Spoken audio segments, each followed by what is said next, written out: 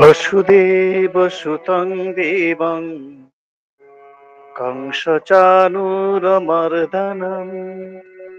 देवकी परमानन्दं कृष्णं वन्दे जगद्गुरुम्।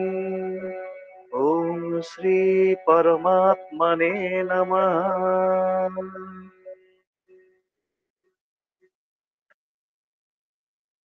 আজ আমরা ৪১ দ্বিতীয় অধ্যায়ের ৪১, ৪২, ৪৩ এই ৩টি শ্লোক অর্থ সহ পড়ব। তারপর ৩৭ থেকে এই ৪৩ পর্যন্ত এই ৭টি শ্লোক আমরা ছন্দ সহ পড়ার চেষ্টা করব।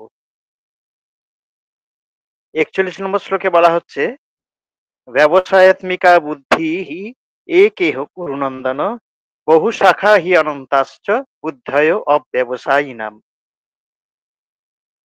কুরুনন্দন, হে কুরুনন্দন, ভগবান শ্রীকৃষ্ণ অর্জুনকে বলছেন, সম্বোধন করছেন এইভাবে, হে কুরুনন্দন, ইহ মানে এই, ব্যবসায়াত্মিকা বুদ্ধি মানে নিশ্চয়াত্মিকা বুদ্ধি, যে স্থির বুদ্ধি, একা মানে একই, এটা একই, এটা এটা একটাই থাকে, নিশ্চয়াত্মিকা বুদ্ধি একটাই হয়।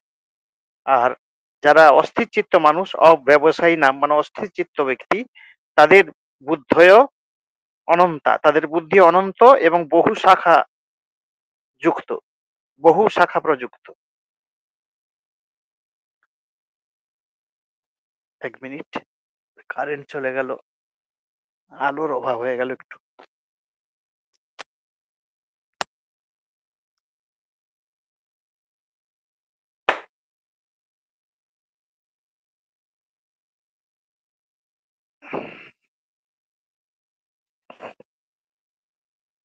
তাহলে পুরো শ্লোকটির অর্থ হলো যে, হে করুনন্দন, এই মানে স্থির বুদ্ধি যেটি, সেটি একই থাকে। আর যারা অস্থির চিত্ত ব্যক্তি, অব্যবসায়ী নাম বলা হয়েছে যাদের, অব্যবসায়ী মানে অস্থির চিত্ত মানুষদের বুদ্ধি অনন্ত, নানা রকম হয় এবং বহু শাখা যুক্ত হয়। তারপরে শ্লোক দুটিতে বলা হচ্ছে, আসলে এই বক্তব্যটা ৩টে শ্লোক মিলিয়ে ৪২, ৪৩, ৪৪, যেহেতু আজকে আমরা শুধু ৪২, ৪৩টা করবো, তাই ৪২, ৪৩টা নিয়েই কথা বলি।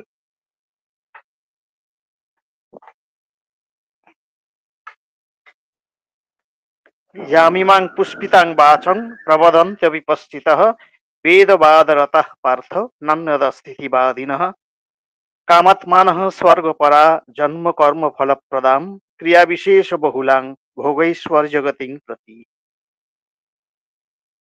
হে পৃথানন্দন, যারা কামনাতে মগ্ন হয়ে থাকে, কামাত্মানহ স্বর্গপরা, এবং স্বর্গকেই যারা শ্রেষ্ঠ বলে মনে করে, আর বেদবাদরতা মানে বেদে কথিত যে সকাম কর্ম, তাদের যাদের প্রীতি আছে। আমরা এর আগের শ্লোক দুটিতে বলতে শুনলাম ভগবানকে যে নিষ্কাম কর্ম মানে সমবুদ্ধি সম্পন্ন, সুখ দুঃখ, জয় পরাজয়, লাভ অলাভ, এই সমস্ত বিষয়ে সমত্ব বুদ্ধি সম্পন্ন মানে নিষ্কাম কর্ম, সেটাই, কোনো রকম ভেদাভেদ নাই, যা হবে ঠিক আছে, সেটা হচ্ছে নিষ্কাম কর্ম, কোনো কামনা না নিয়ে যে কাজ করা।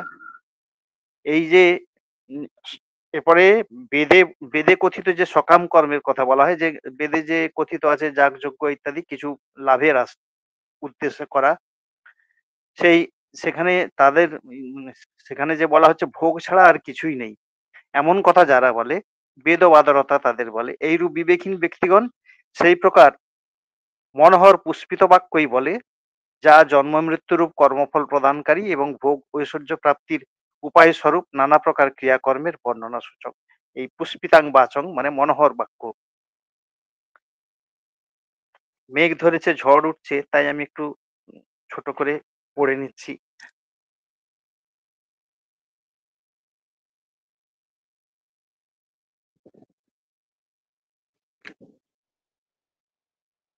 হতো বা প্রাপ্স্যসি স্বর্গং